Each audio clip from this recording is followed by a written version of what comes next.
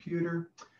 Okay, so we talked about a lot of different stuff. Let's talk about the tree, because the tree is kind of tricky. The tree, okay, let me hide all this other stuff though, goodness. You definitely want to do,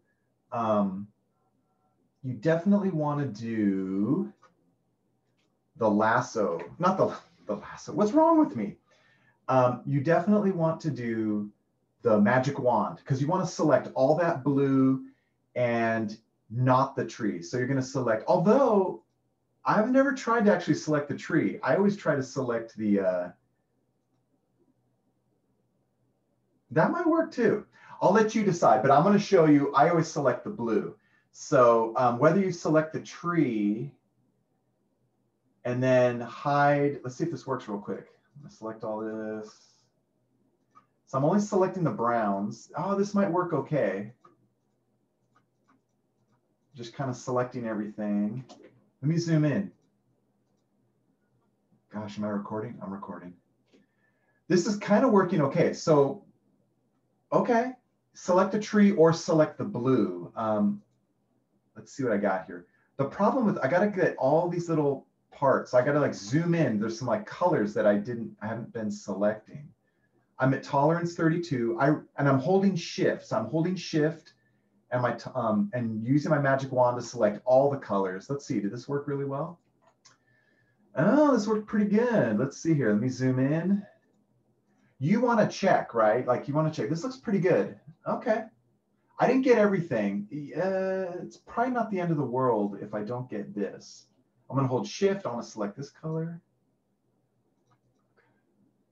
I don't think I want this because it's too blue. It might select a lot of the blue. Let's see.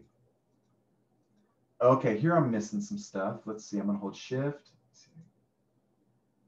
Okay. Ooh, I selected it. Okay, let's see what I did.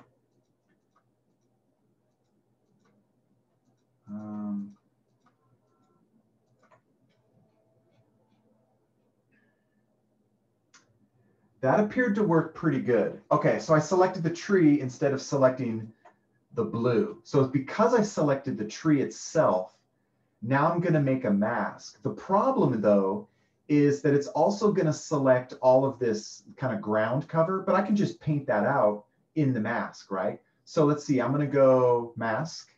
I got some of this clouds too, but that's okay. I'm going to go mask. Now, what I recommend is that you hide the background because the background can be kind of deceiving. It's hard to tell like where some of the, the extra bits are. Like here, I can see that pretty easily. So I'm going to hide the background. Now I have purple, but, oh, I changed my background to purple. But normally your background will be like white. So white would probably look good. It'll probably look like this. So here you can see all of the extra stuff that you just want to paint away. So selecting my mask, I can just paint black and hide this excess stuff. So I'm going to go black. I'm going to pick a hard edge brush. I recommend a hard edge brush. Okay, I'm going to make my brush big to kind of paint out this big stuff. But then as I get closer, I'm going to be more careful and make my brush a little smaller and kind of go in here and very carefully, I can even zoom in. Let's see.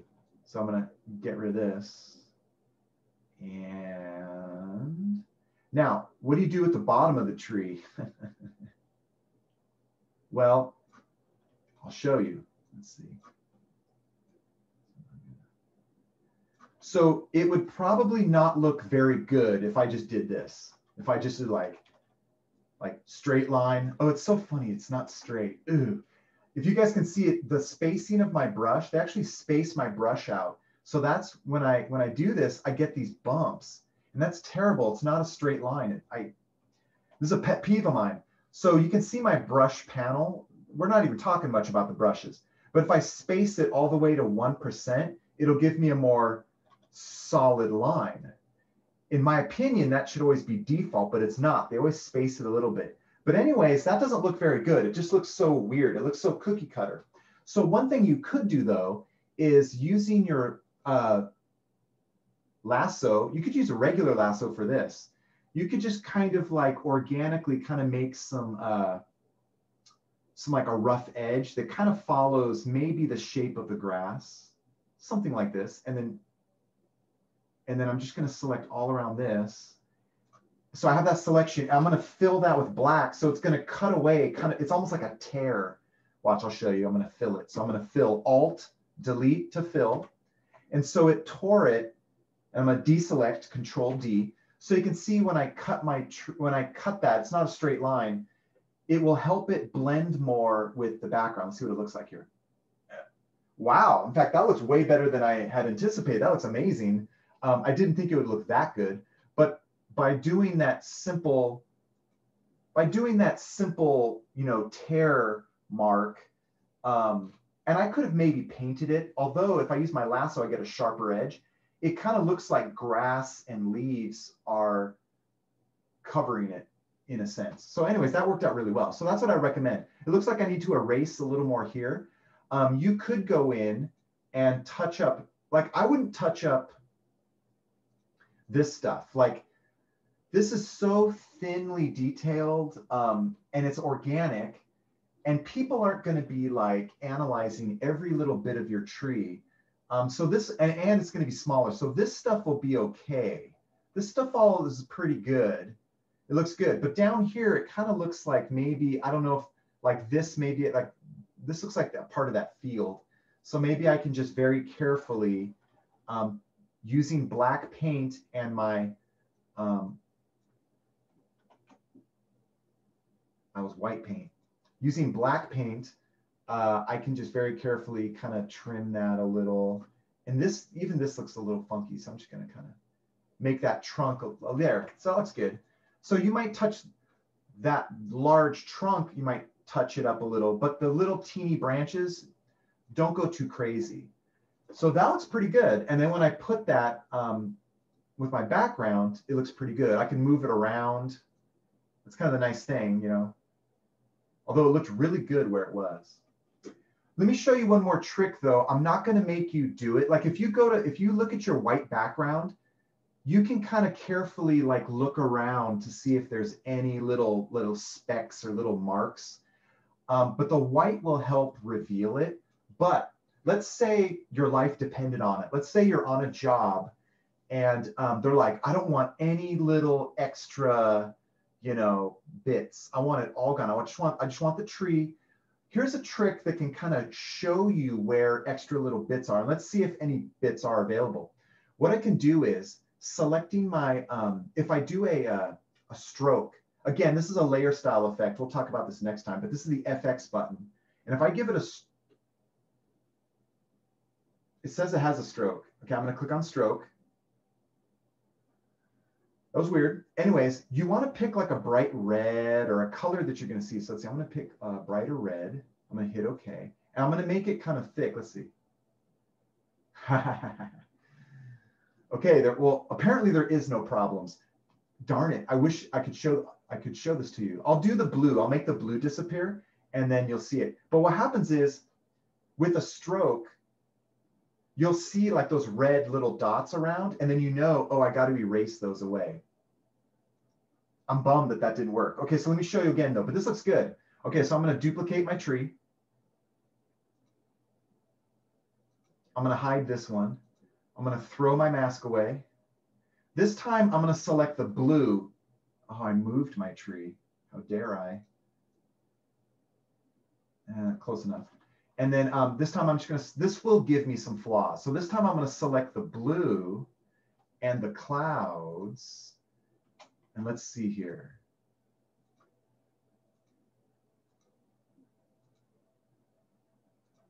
So I'm just selecting the clouds and the grays. It seemed a little easier to select the tree, the browns and the yellows in the tree. So I would select the tree, but this is just another way. Let's see here. Okay, I'm not going to perfectly select it this time just so I can show you that effect, right? Now, I selected the blue.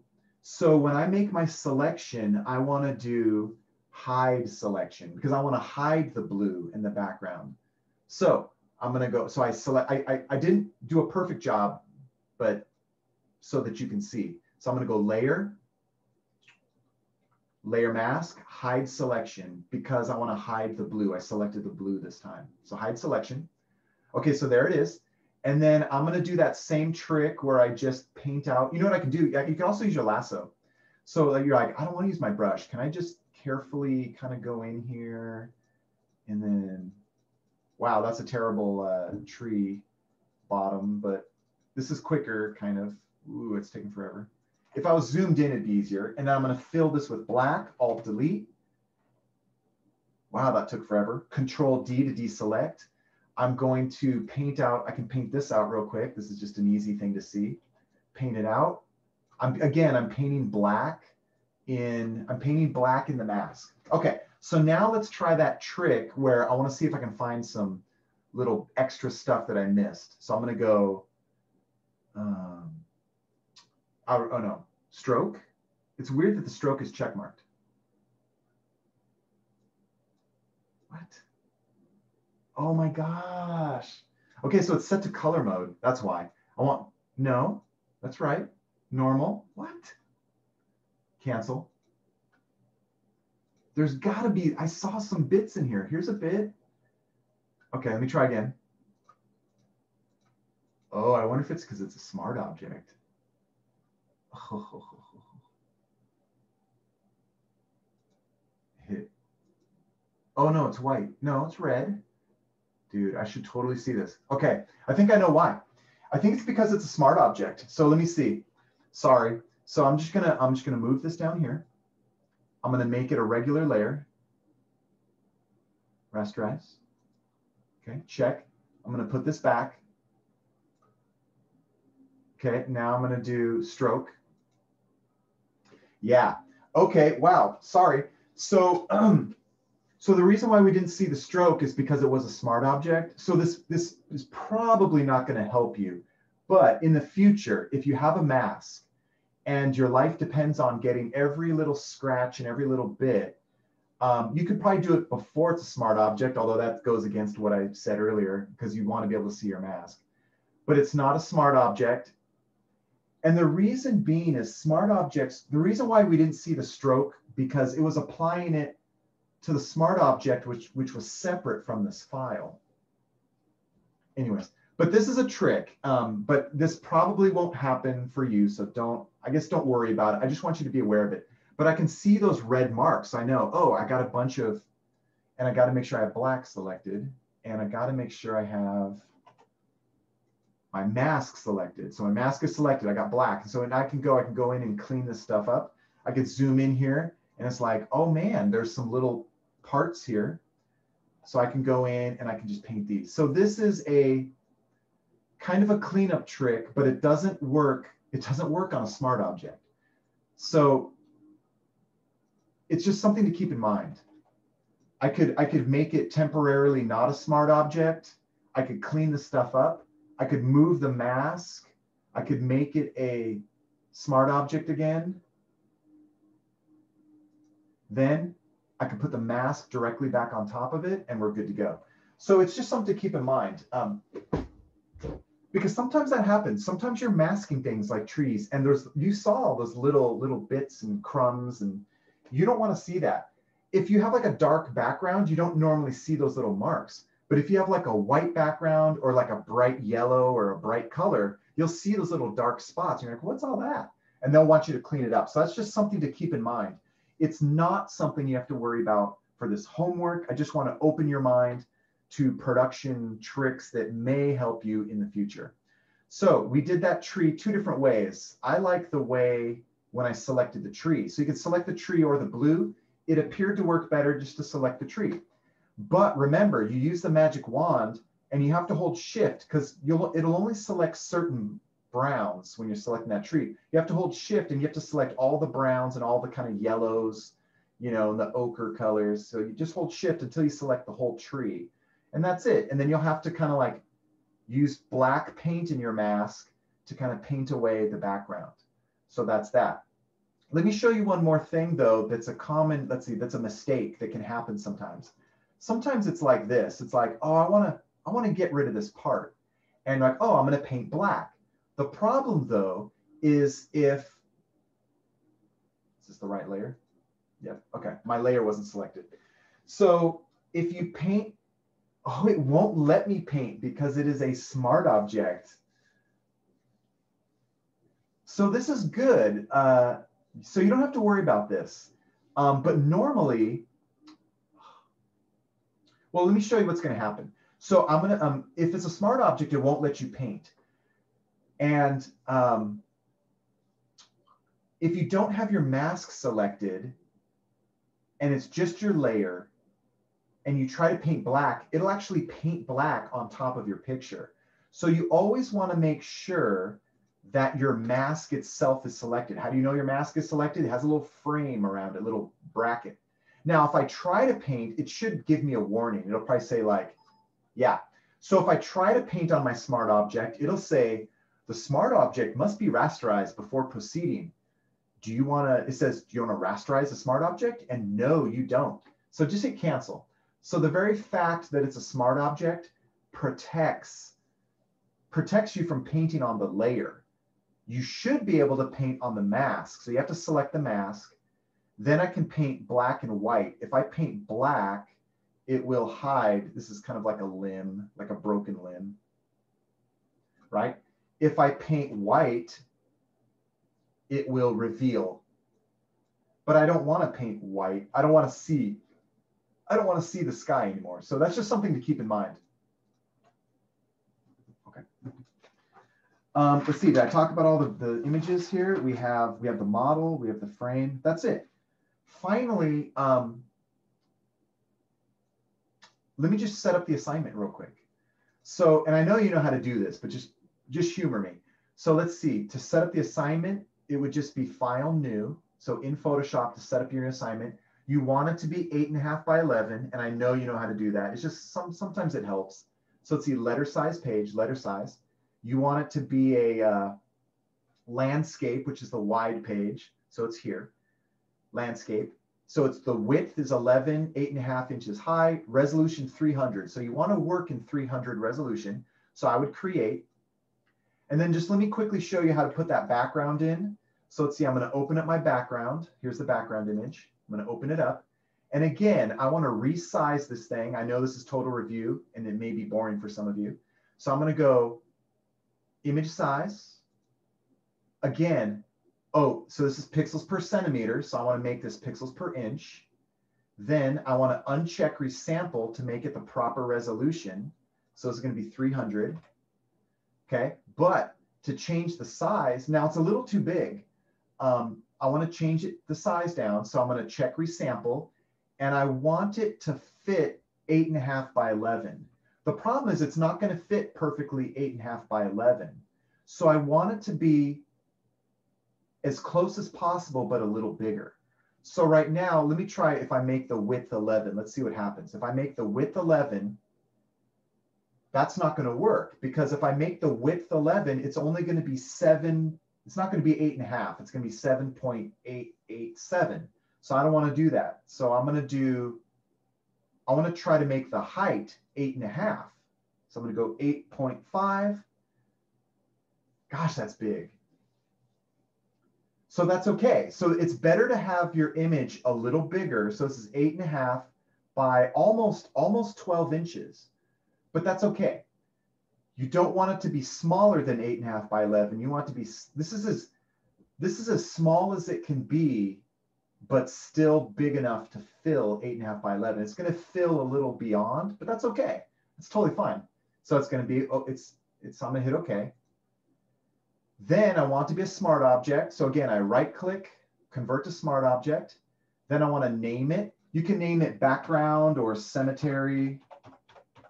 I think it's called background in the handout. So I'm just going to name it background. So there it is. Then I'm just going to drag it into my new host document. So here's my host document. So I'm going to drag it in. I'm going to drag it right up to that tab. Now, this is where before you let go, so I'm holding down my left mouse button. Here's where you want to hold shift before you let go because it will center it. So I'm going to hold shift, let go. It centers it. I'm good to go. But I talk about that in previous weeks. And then there's a there's a handout where the other teachers tell you about getting your images over, and they do it in a different way. They do it different than me. Like they actually set up two windows side by side, and then they drag it over. You can do that if you want. What I do, I actually just drag it to be a separate window. It's not as tidy as the way the other teacher kind of tells you how to do it, but it gets the job done. So you could do it this way. You could drag a separate window, and then you could just drag in your image and hold shift, and then it'll be put in there. So, or if it's in the tab, like here's my flower. So if I want my flower, ooh, this is my smart object. But again, if I want to drag, I could drag this in, or I could drag the layer. I could drag this into my host document and then just let go, and it's in there. Although this got converted, right? So I have to, here, I got to do this. Oh, won't let me. Convert smart object, and then I'm going to drag my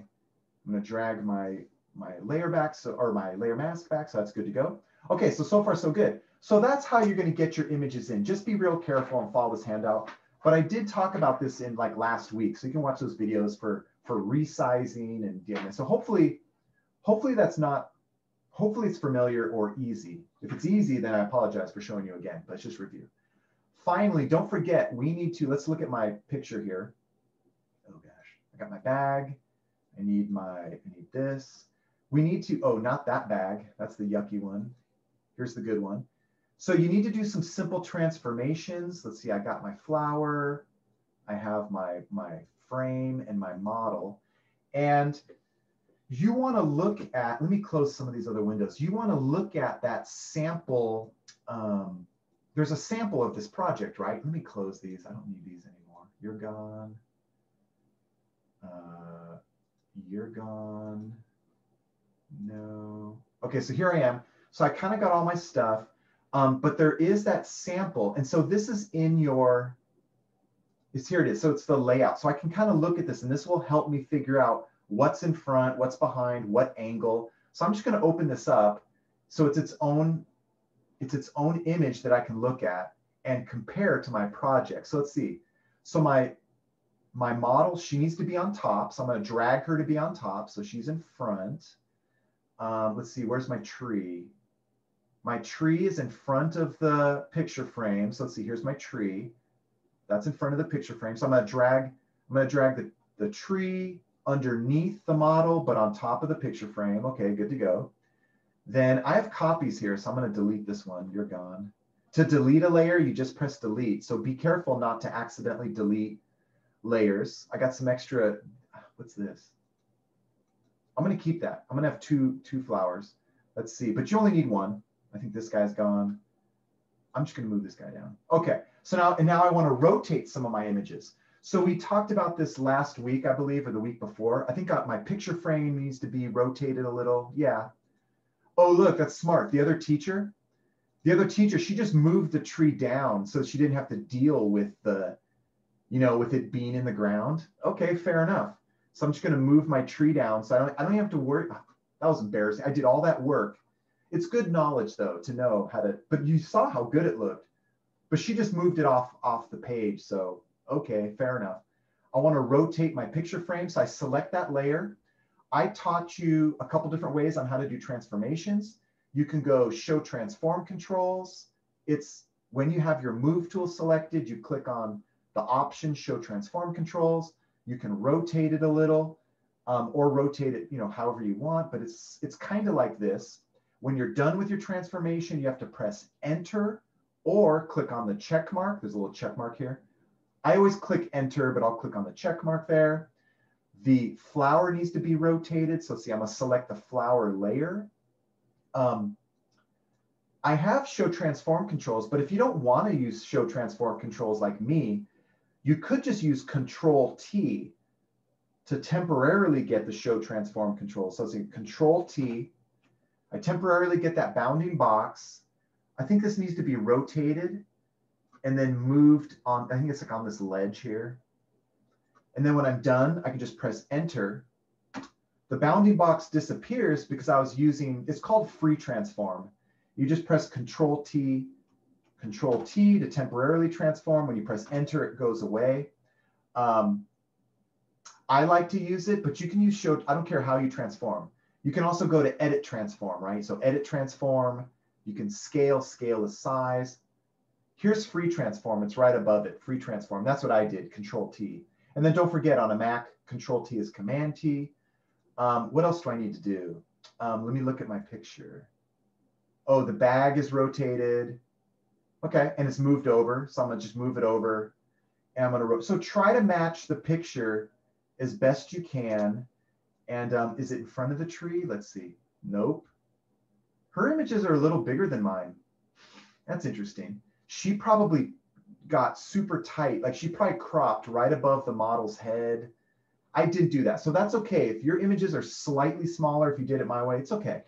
I didn't go crazy and get right on top of my model's head. It's okay. That's good. Finally, let's see. You need to use, we need to organize our layers into groups. Let's double check the rubric here. Let's see, week 3. I say, correct, okay, we got to talk about that. Labeled, all the layers need to be labeled, so they need to be named. Layer groups, so let's see, all layers are effectively organized. Okay, so right now my layers are organized. All layers are inserted into a layer group. I'm not gonna, let's look. I may not, you don't, if you're using layer groups, you don't have to put them all into a layer group. Let's see, all layer groups have accurate labels and names. Okay, smart objects, everything needs to be a smart object, okay. And then masks, I wanna see the masks. And here's where I say, ensure the mask is visible to the smart object. So just like I showed you, my masks are visible. Okay, so let's go back to my project here. So all my masks are visible. If your masks aren't visible, then you'll lose a few points, right? So just make them visible. You don't need a mask on the background because the background is, nothing's masked on the background. So that one doesn't have a mask. Okay, and now let's see. Groups, how am I gonna use a group? Some students do this. Oh, it's all in a work group. That's funny. Okay.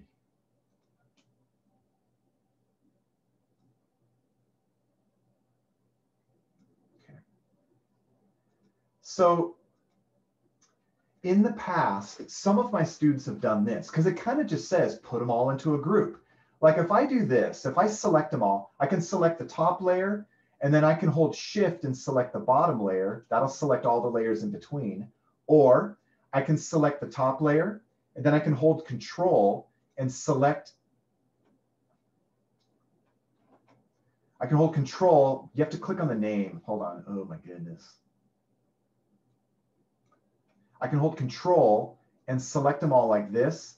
This is a good habit because sometimes you want to skip a layer, right? You can skip a layer by using control. But currently I want to select them all. Now, students in the past have done this. They select all the layers and they just put them into one group and they do this, like, so new group from layers. I'm going to tell you don't do this, by the way. I'm just showing you what not to do. And they just say homework or something. They name it, right? Because it needs to have a name. And so technically, this follows the rubric. Hey, all the layers are in a layer group and the layer group is named. Okay, that's true. But technically, the purpose of a group is to organize stuff. And if they're all just in the same place, it's not really much different than if they were just outside the group and just hanging out like this. Like this is the same as them all being in one group. So don't do that. Technically, you followed directions if you did that though. So here's what I recommend. Just have at least one group and put some elements in it. Like you can put, like, I like to do the background elements. So like, let's see, the flower and the bag in the background, they can be in a background group. So I'm gonna go flower. I'm going to hold Control and select bag and background. So I'm going to put the flower, the bag, and the background in a group. And that will be my background group. So I'm going to go Option for layers, new group from layers. So I'm going to pick new group from layers.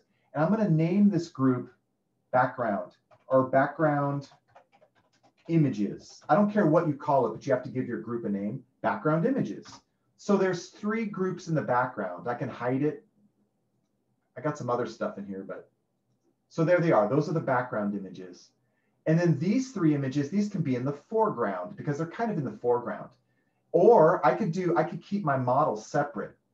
So I leave it up to you. I have choices here. I could put all 3 of those layers, the model, the tree, and the frame, in a foreground group, or I could just select the frame and the tree and say that's in the foreground. And I want to keep my model separate because she's important. She's kind of the most important part of this collage. So I'm going to keep her outside of a group.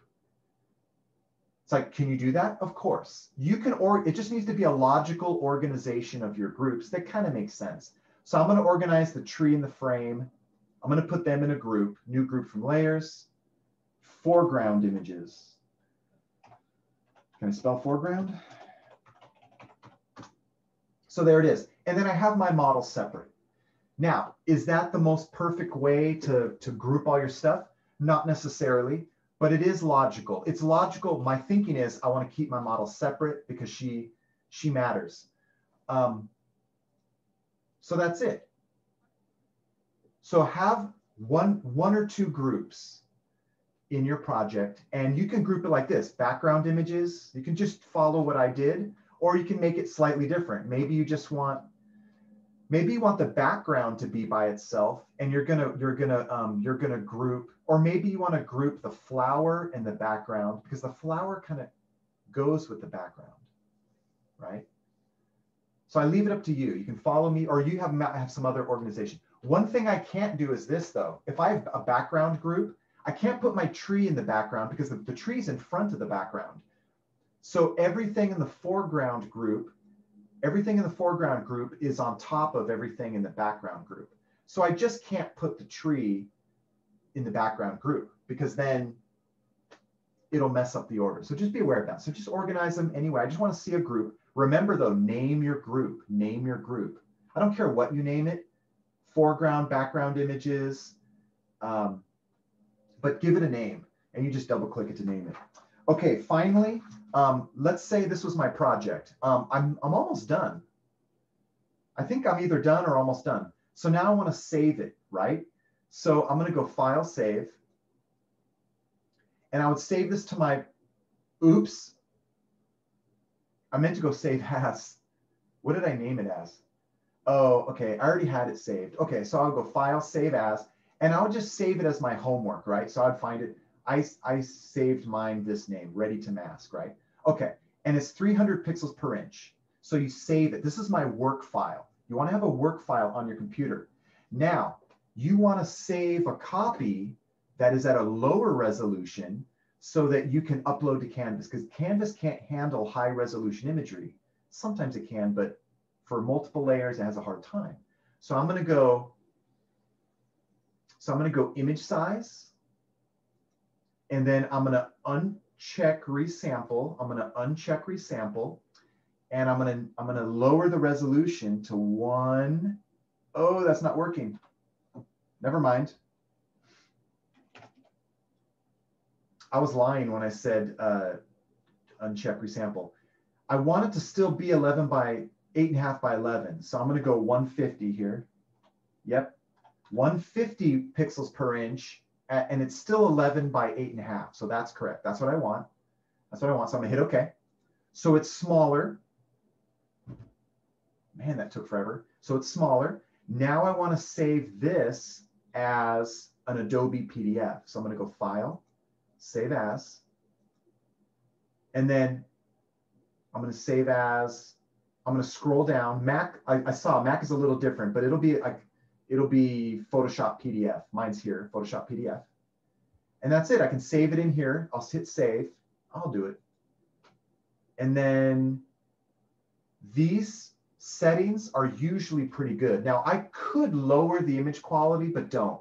Like you can make the image even smaller size by lowering the resolution, but I don't want it to be lower. It's already low at 150, but I can make this like smallest file size. Yuck, that'd be terrible. So, but this is usually, by default, this is usually correct. It's what you want. So I'm gonna hit, oh, and there's compression options. Yuck. So I could make it, yeah, I could lower the image quality here under compression. I could make it medium, but don't do that. Just keep it high quality. I'm gonna hit save, and it should save. And then that's the one you're gonna upload to me, right? So the file you upload will be 150 PPI, which is half of your original file, which is 300. You never wanna throw away your original 300 pixels per inch file. That's your work file in case you have to go back. In fact, it's essential that you have that original 300 pixels per inch file of this project, because we're going to use that file next week for the next project. So just be extra careful that when you save the smaller version, it is a copy and not the original. You can even rename it a little bit if you want. Like if you're worried about that, you can rename it so that you don't fall into that mistake.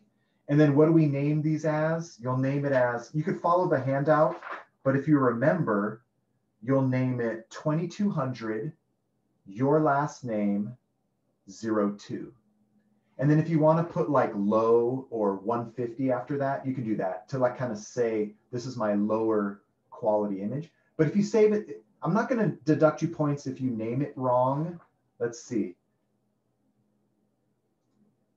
Well, you have to have it named correctly. So either name it, if you remember what I just told you to name it that way. If you follow the rubric, if you follow the handout and you just name it that way, that's fine too. So just, maybe I'll change this rubric so that you can read it tonight, like so you'll know correctly how to name it. I'll probably just do that. I'll just tell you how I want you to name it. But that's it. And I think that's it for this project. So we didn't get out as early as, let me stop recording.